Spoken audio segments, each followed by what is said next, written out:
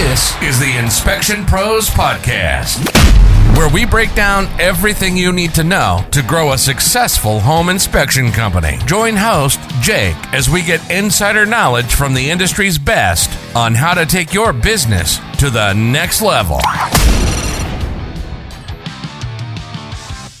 Welcome back to Inspection Pros. Today we have a great podcast for you as we have Tifani and Alicia Kawahata of Welcome Home Inspections based out of Oak Hills, California, joining us today. Thank you for joining us, Tifani and Alicia. Thanks for having us. Yes, we're super excited to talk to you today. Yes, I'm very excited to have you here to have another story of a home inspector in a different part of the country. And I want to hear a little bit about how you started and some of the obstacles that you faced as you entered and grew into the industry. So who wants to start off with an introduction? But how did you guys get into the home inspection industry? I guess that starts with me. So I am a realtor, and I have this need to create a really good experience for my clients. And in doing home inspections with them, I noticed that there wasn't anybody really in the area that could fulfill that need and match my level of experience, customer experience. So I talked to Tifani about it, and I said, hey, I think that we can do this better. So we did a little bit of research on what it takes to be a home inspector in California, and which surprisingly is not really regulated by California. And so learning that we really didn't have to do much to become a home inspector, we decided that it probably would be, a good route for us to take and to do it at a higher standard than everybody else. Mm-hmm. To piggyback off of that, it kind of just the stars aligned for us. Mm-hmm. So our lead inspector is my father. He's got, I would say 100 years, but he's not that old. He's got a ton of, commercial, Electrical. construction, electrical, all the background that you really want to have, the knowledge. And he's getting to an age where, working a 9 to 5 and he was a job foreman. It was getting too much for him traveling. And I said, hey, why don't we take your expertise, learn from you, and grow something really great here? And he was totally on board because he heard less hours and he's trying to retire. And he quickly found out it's probably more hours because we're starting and building. But yeah, that's really how that part of it came in. So his experience with our customer service, Alicia's customer service, my service background, I've been running service departments for the last 15, 17 years. So It just kind of, the stars aligned and we took off. Mm-hmm. All right. So I have a question for you, Alicia. At the beginning, when you see home inspection and you see an opportunity to create an experience, what did that look like? What was I guess the driving factor that made you say, all right, there is an opportunity to create a better experience? Was it a bad experience you had with the home inspector, or that you had seen, or did you just see that there was so much opportunity? I mean, I think it's just a standard in general. I have used multiple inspectors in the area, and they all are kind of the same thing. It's just kind of one man in a truck. We call them Chuck in a truck. Yep. And they have no real business behind them. They're just going out and doing the inspections. They're only spending 30 minutes. They're not checking everything. And there's no walkthrough, no explanation for the client, and their reports are confusing. Then if you try to get a hold of them after, it's like you're lucky if you catch them in a roof or on a roof, if they get on a roof or under a house, or, you don't know if they're going to answer the phone when you really need them. Because that's when it really counts. After the transaction's over and poop hits the fan, you need a company that's going to answer their phone. I don't know how many times I've requested repairs on behalf of my buyer, and the listing agent's like, well, you said repair section 4.3 about the electrical. What does that mean? And then I can't even get the inspector to explain it. So I'm like, I don't know. And then, are we really doing right by our client at that point? So, and that was pretty equal across the board with everybody in the area. So how did this work? Alicia, did you come to Tifani and say, hey, we have this opportunity to make a better home inspection model, a better home inspection company? And did she say, all right, I have 15 years of industry experience in service, let's go? I did come to her and say that, hey, we need to get into this. I think we can do it better. And you have the experience it takes. Your dad's got a lot of knowledge. I think we can do it. And she said no. Yeah, because I mean, at this point, she's a realtor. Real estate market goes like this, and I've been used to, my corporate job. I get paid a good salary. I've got benefits. I've got stability. And I was like, "You're crazy. That's not gonna work." What made you take that leap of faith? I literally, finally, just jumped full time. Well, the way we started, like kind of eased into it, is she finally, I think we came up with a compromise. We'll start the business, it'll be our business, but we'll let her dad do it and we'll just do a couple a week. That way we could see if we like it and what it's going to take and if he does a good job, how much is involved, all that. And it very quickly spiraled into, we like it, we know what we're doing, we could make this great, let's try to do more. Yeah, exactly. And I mean, in my corporate world, I was seeing a lot of things that I didn't love. I love people. I love helping. I love fixing. And the company I was working for, they have a great model, but broken down into our local market, it didn't transfer. So I saw their culture. I saw their, drive with their people, and I loved it. But it wasn't trickling down to our local office. And so day after day, I'm just getting pushback and fighting with upper management, me being part of that. And it's just, we didn't align anymore. And I thought, wow, maybe we can give opportunity to people in our world, bring them into our world and make our world big enough to fit the people around us, to give them more opportunity. Really, that's what this is about, just creating opportunity for every life we touch. All right. So I'm sure that there was a lot that you brought from the corporate world into home inspection, but we'll get to that in a moment. My question at this point is, all right, where did you have the realization that you had dipped your toes in and said, all right, we'll do a couple a week, we'll see how it works out. Where was the realization that you said, oh, we have something here, we can take this to the next level? So basically, the goal was 1 or 2 a week and everybody was going to be happy. We weren't looking to get rich. We're, just my dad was going to, have something to do in retirement. She was going to have a good inspector. The other agents around would have somebody they could count on. And I think word of mouth just got out. We weren't marketing. We weren't pushing hard for it. Just the people we know. And our phone started ringing and ringing and ringing. And at that point, I was like, okay, I can't do both anymore. So in the meantime, I took all my classes. I got certified to be a home inspector. I learned about, all the ins and outs of building and this and that. And I've been going on inspections.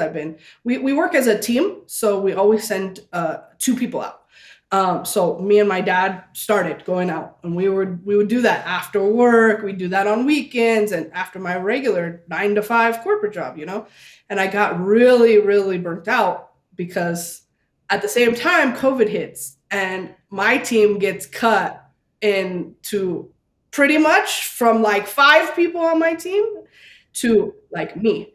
So wow. It's me running this whole West Coast and then I'm doing home inspections on the side, right? So yeah, that got really tiring really quick. And we said, hey, I think it's time to bring on more help.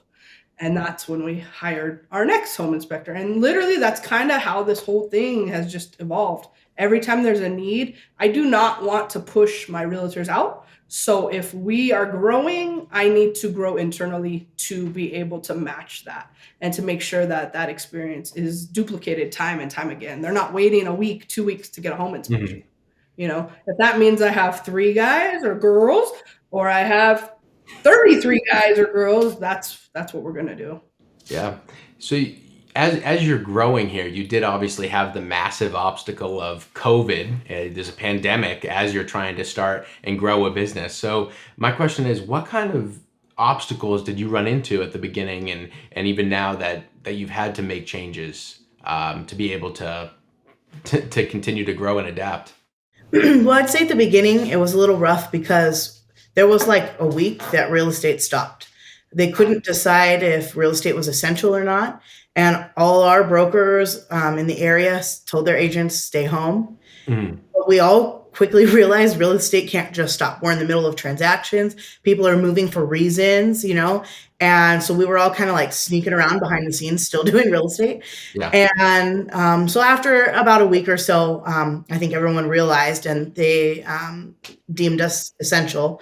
And so we were able, to do that. So I think for a week, it got kind of scary for the business. Then after that, it slowly started to ramp up.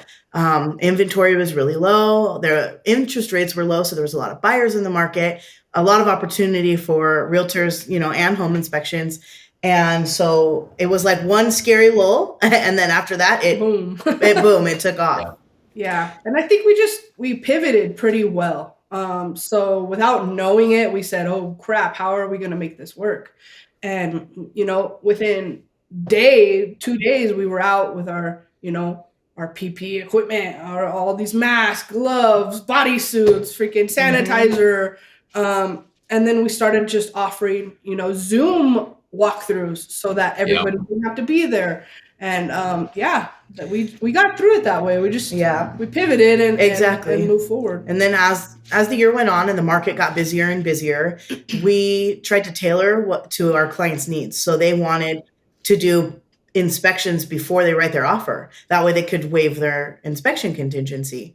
And so we were doing pre-offer inspections.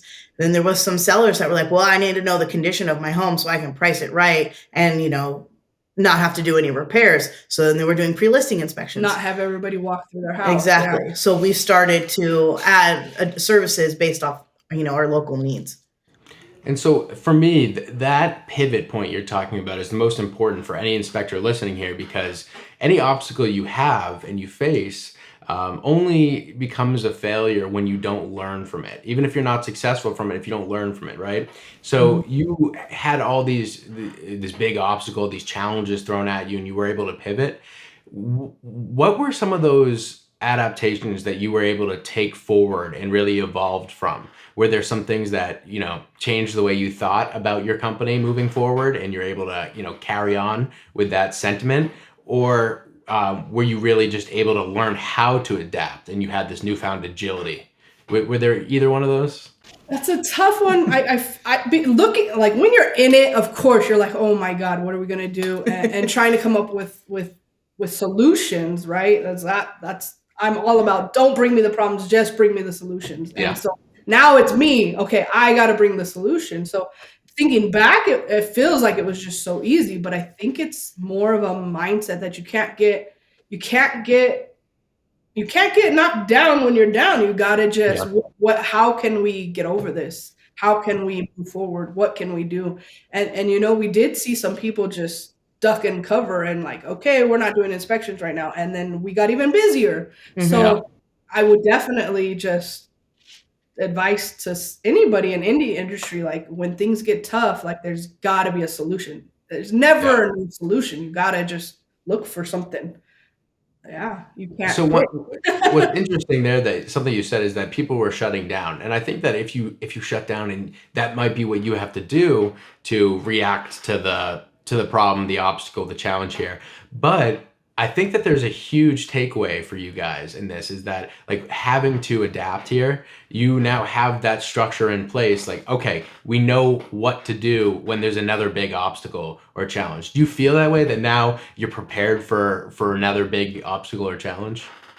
For me personally, yeah, for sure. Like it doesn't matter what comes at us. I feel like now we're not a huge team yet, but we are a team and people are depending on us.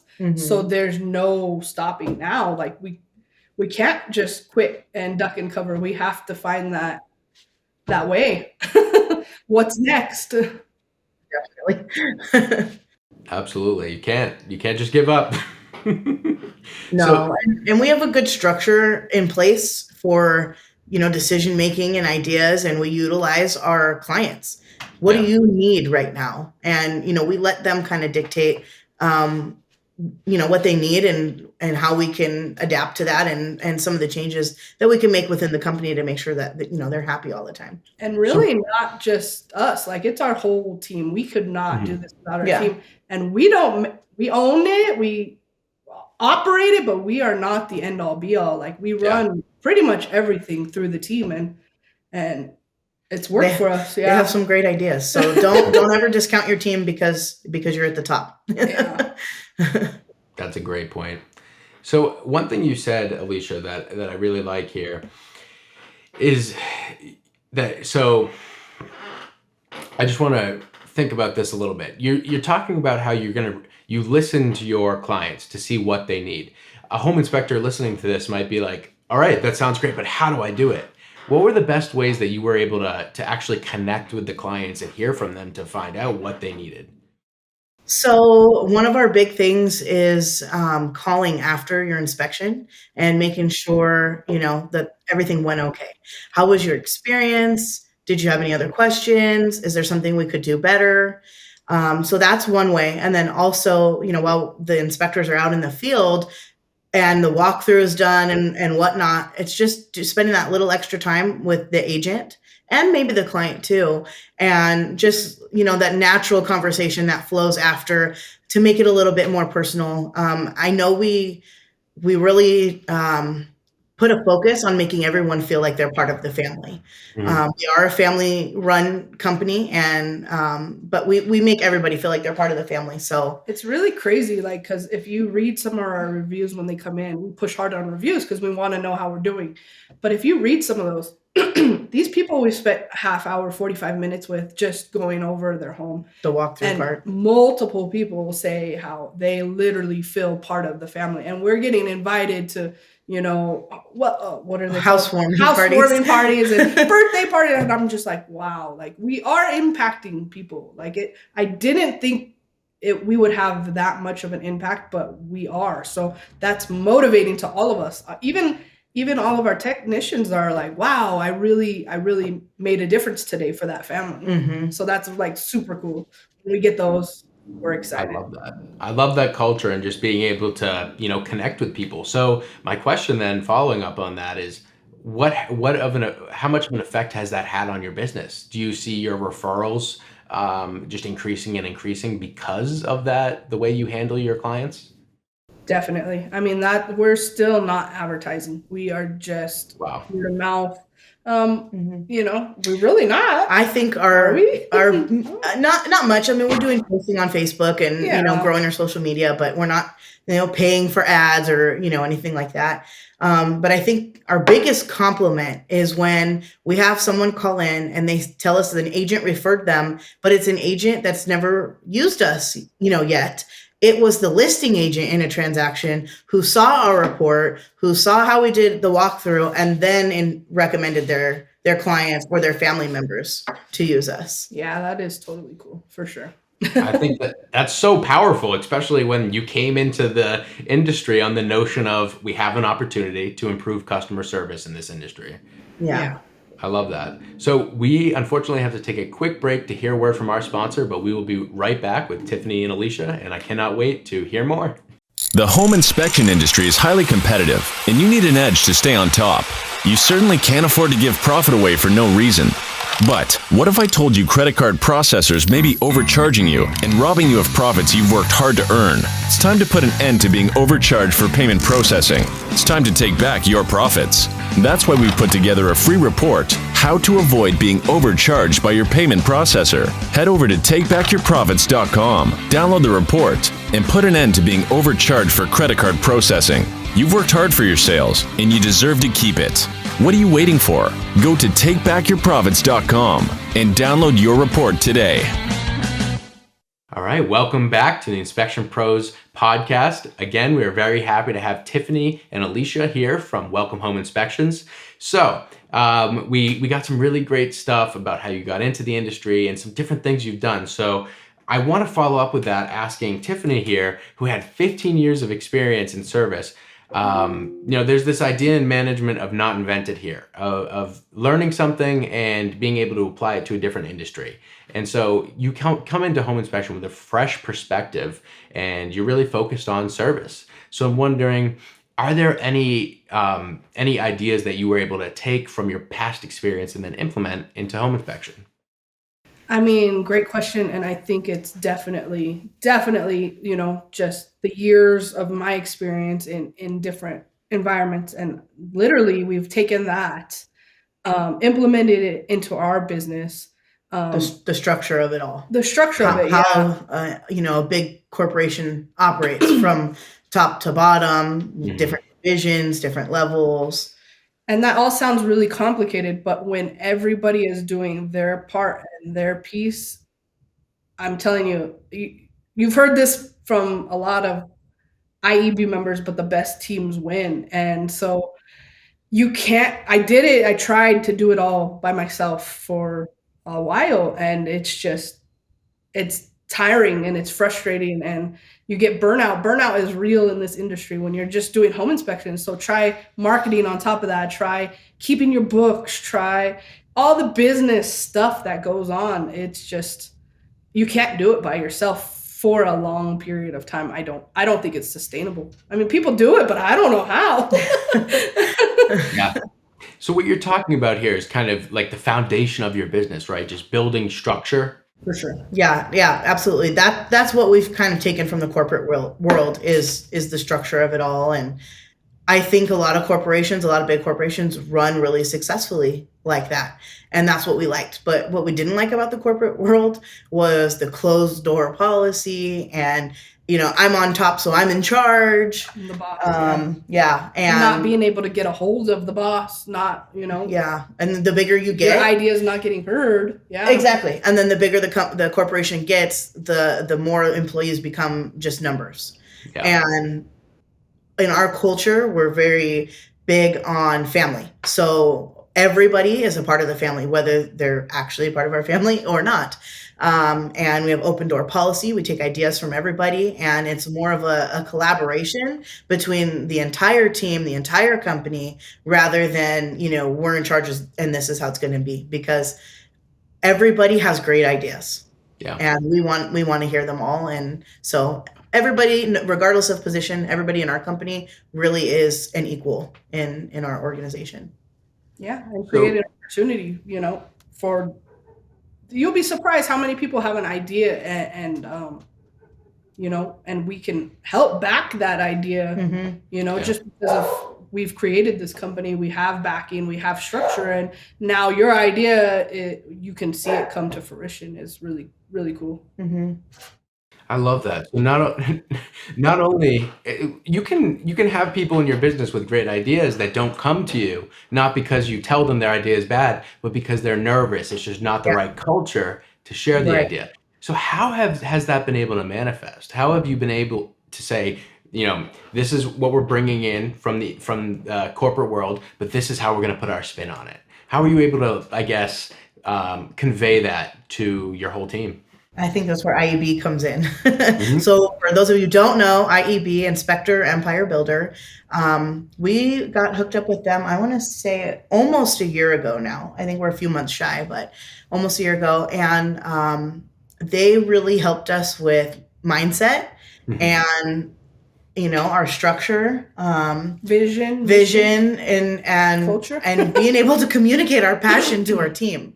So there's a couple great programs they run besides masterminds, and it was RGT that we Hmm. really took the top leadership team to, so they could feel the passion and inspiration, and see the bigger picture of what we could become, and let them find where they fit in that, in that Literally, bigger yeah. picture. I think that's what we've learned is like we have literally drawn out what we will become, Yeah. and just visualizing, showing that to people, and seeing where do you fit in here. It's just empowering. Mhm. So you answered my next question, which was going to be, all right, yeah, we have all this idea, all these ideas of from the corporate world, from what we want, and then my next question was, how did you get that set up? Where did you go as a resource to figure out how to structure things and actually set it up and have a foundation? And that, as many of our guests that we've had on, that comes from IEB, and they've been able to learn it from IEB. Yeah. So my question following this up is, for you, is this if we build it, they will come situation where you're like, all right, let's set it up correctly now so that in the future we're ready for rapid growth. Yes. Yeah, for us, definitely. Like, I'm all about letting everybody else make the mistakes and me learning from them. Yes. And IEB is just amazing because there's everybody. There's one guy. So many one levels. guy. There's one guy to multi-million dollars. And Yeah. when I first heard that, I was like, wait, what? Multi-million-dollar inspection companies? Like, no, that's not a thing. Yeah. Now, guess what? We are shooting for that. We're So growing. it opened your mind to the possibility. Yeah, definitely. So Yeah. that's interesting. When you came into the industry, you probably had some preconceived notion of, okay, this is how big it could get. This is how big we can picture it getting. And that's all, mental limitations you put on yourself, correct? Yeah. I mean, I thought we would be great. I thought we could do a good job, but I didn't think much beyond, me, my dad, maybe my nephew. Yeah, our biggest competitor out here is 3 inspectors as part of a franchise. And we thought, oh, well, if we could do that, I guess we're doing good. Well, right now we're currently at 4 inspectors. So we've already surpassed that. Plus, We have Congratulations. operations, growth, customer service positions are all filled, and we're getting resumes in. We're not even advertising for jobs really, and we're getting resumes in a couple days a week. So I think people see the culture and they really like it. But I wanted to touch on something you had said that was kind of our limiting belief about the whole how big can we grow. Yeah. And I think this is super important for everybody out there to hear because you may not even realize that you have limiting beliefs, but they are definitely prohibiting you from being your best and doing your best. For sure. So besides how big, we can grow, there was a couple other limiting beliefs that Tiffany had, especially when we started bringing on inspectors. She was like thinking, oh, we have to team up because if I go out and do an inspection by myself, people are going to think, oh, what does she know? She's a girl. She doesn't have the experience. And then when we brought our nephew on to do inspections, he's young, he's 22. And so then she was thinking, oh, everybody's going to say, what does this kid know? He doesn't know anything. He has no experience. So, and then they were thinking, what if we team up together? The young kid and the girl, we don't know what we're doing. So IEB also played a part in that, and her getting past those limiting beliefs. But I guess the bigger message here is don't limit yourself. Don't let your limiting beliefs take over. Pay attention to, your mindset and what you're thinking, because if you want to do it and you try your best at it, you're going to do it. You can do it. I love that. For sure. Yeah. I mean, she said it perfectly. Like, I really did have those blocks. Like, oh my God, I can't go do an inspection. Like, they're going to look at me, the dads, of the kids that are buying the house are going to be like, what do you know? But, after, I think we touched a little bit that there's not much required in California, but that is not our standard. So I'm not going to go out there and look like I don't know what I'm doing. I'm going to know what I'm doing before I get out there. So we've gone through extensive training. And me not having a lot of, construction, building, electrical, HVAC background, like I didn't feel comfortable until I feel like I have, in a way. I'm never gonna master it because literally I learn every day. But I know now that I know more than 90% of the population, and I've become confident in that. As my nephew too, him being young, he does class after class. He's a sponge. He just wants to learn everything, and it's amazing. It's awesome to watch him because he is now the best inspector we have, even though my dad has 30, 40 years, because he's just willing to learn. He's willing to, go out and find the answers, as am I. So it's not your background, it's your drive. Yeah, it's just teaching people and what we know, and we can't teach if we don't know. So we're just always wanting to learn something, and I think everybody does learn in our walkthroughs. Like even the realtors that use us 5, 10, 15 times, they're like, wow, I never heard you say that. I didn't know that. And it's really cool. Yeah. That is very cool. So I love that. That was what one question I was going to ask you, and you already answered it. Is, for a lot of people, is it tough being in a male dominated industry as women and things like that? And I love your take on it, that it's self-imposed limitations, and that if you have the drive, you'll be there. You might not have the confidence at first, but you'll have everything else you need to have the confidence. You'll have all the training and all the knowledge you need. Yep, exactly. And to this day, we haven't ever had anybody say, "Oh, but you're a girl. What do you know?" No, not once. Or going to the age thing too. No one's ever said, "Well, you're too young. You don't know what you're talking about." They'll actually start out that way. I can tell. Like when he's talking, and they're like, "Okay, what does this kid know?" And they're like looking to the other inspector to kind of, and then he keeps talking, and he points out something that they would have never, ever caught. And then you could see them starting to, okay, this kid, he knows what he's talking about. Okay. And that is really cool for me to watch. Yeah. Because I'm like, he just schooled you. No, it's fun. Yeah. So I think it was Tiffany who mentioned learning from other people's mistakes. Was that you who mentioned that, Tiffany?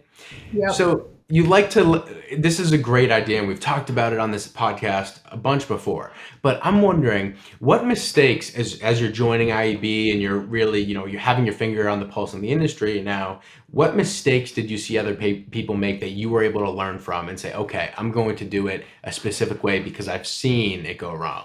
You know what? There's just so much. I can't even pick one thing. These companies have been in the trenches for 10, 20 years, and they've just, yes, they've grown. Yes, they're big companies, but they've had a lot of setbacks, a lot of things that, they had to tear down complete models to restructure. And I don't want to have to do that once I've been built. So I've literally just soaked up everything. A lot of it being, the structure and how culture is, and even pay, because pay is big for us. We want to be able to provide for our peoples, but we also don't want to put ourselves in a position that another pandemic hits and now we have to let you go because we didn't plan for the worst. So profit is a big deal, and honestly, you don't see us get rich off of this. I mean, in the future, we'd probably be living okay. But right now, we're just padding the bank account, getting ready for what can come, And so that business model was pretty important for us to get right, Yeah.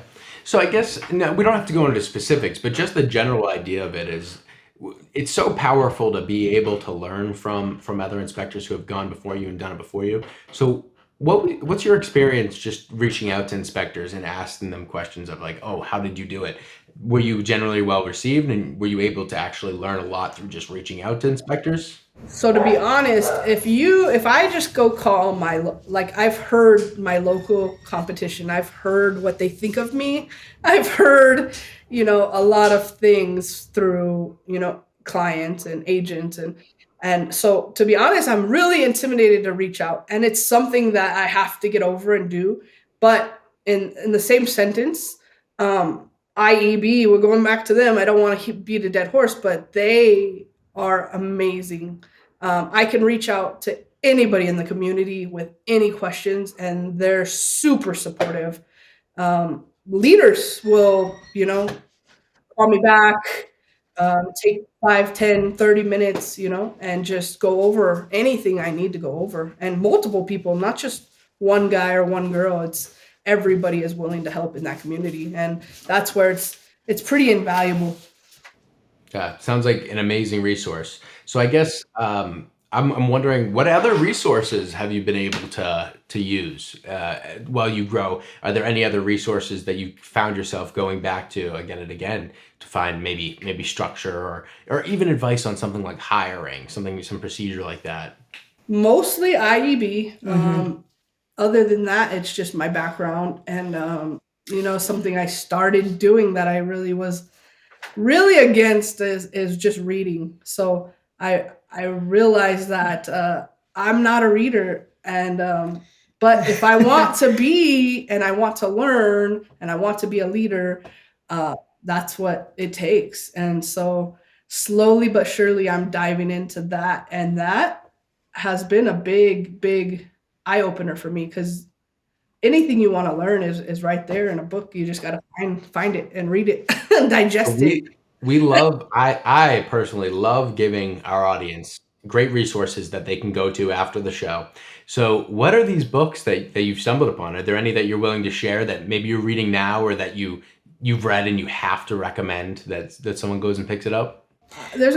Go ahead. Okay, I was gonna say, for us, the biggest pivot has been mindset. Been our beginning and the most important thing. So I think the two mindset books that we've read that really helped evolve our thinking was Rich Dad, Poor Dad, and what was the other one? Think and Grow Rich. We read that.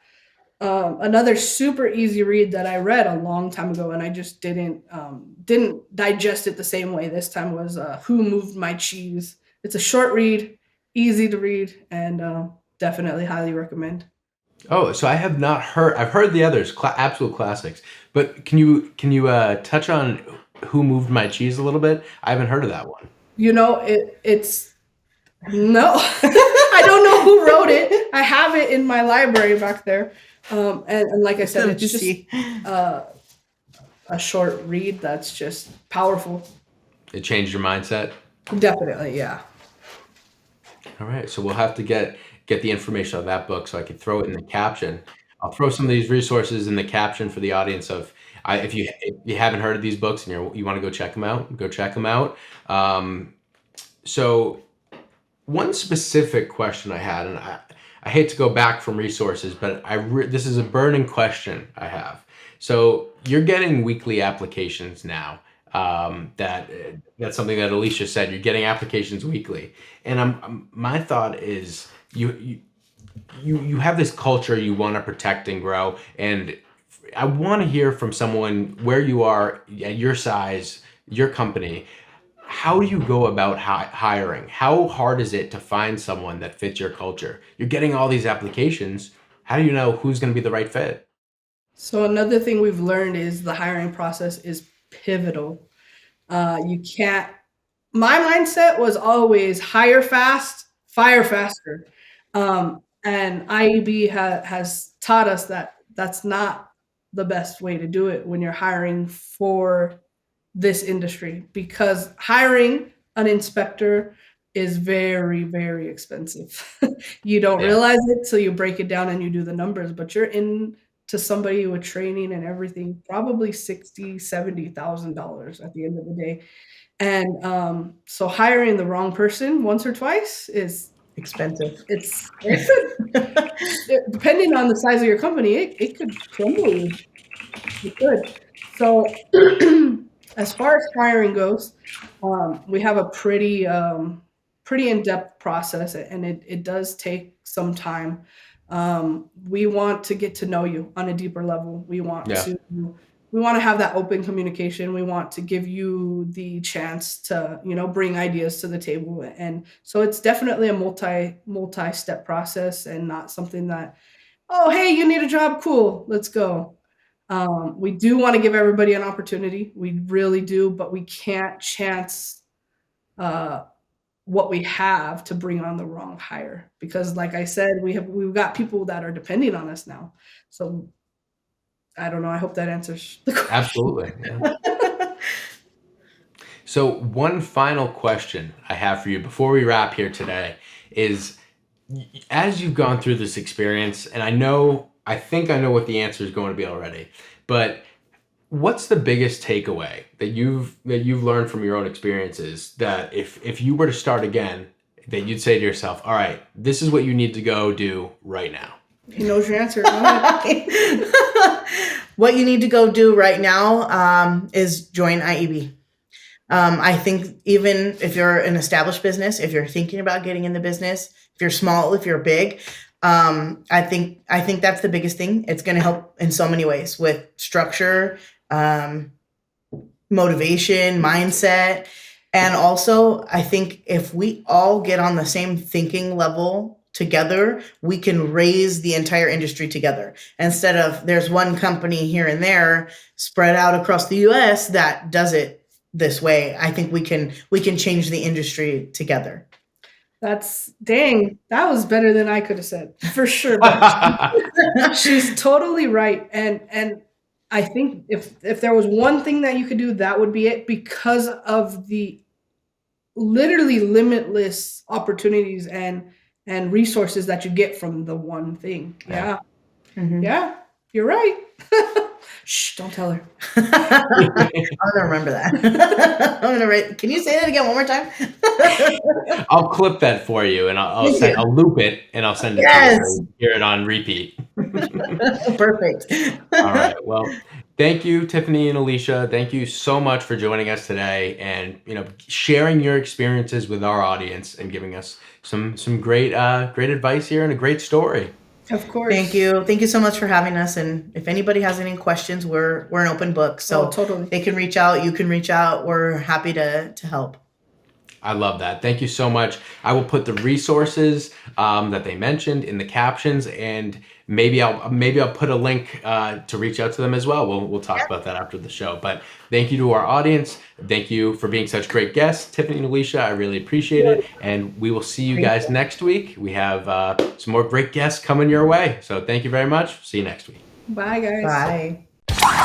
Thanks for listening to the Inspection Pros Podcast. If you haven't subscribed, go ahead and smash that subscribe button. And don't forget to hit the bell so you won't miss our next episode. This episode was produced by Jake Aronson. This has been a Pair Payments production.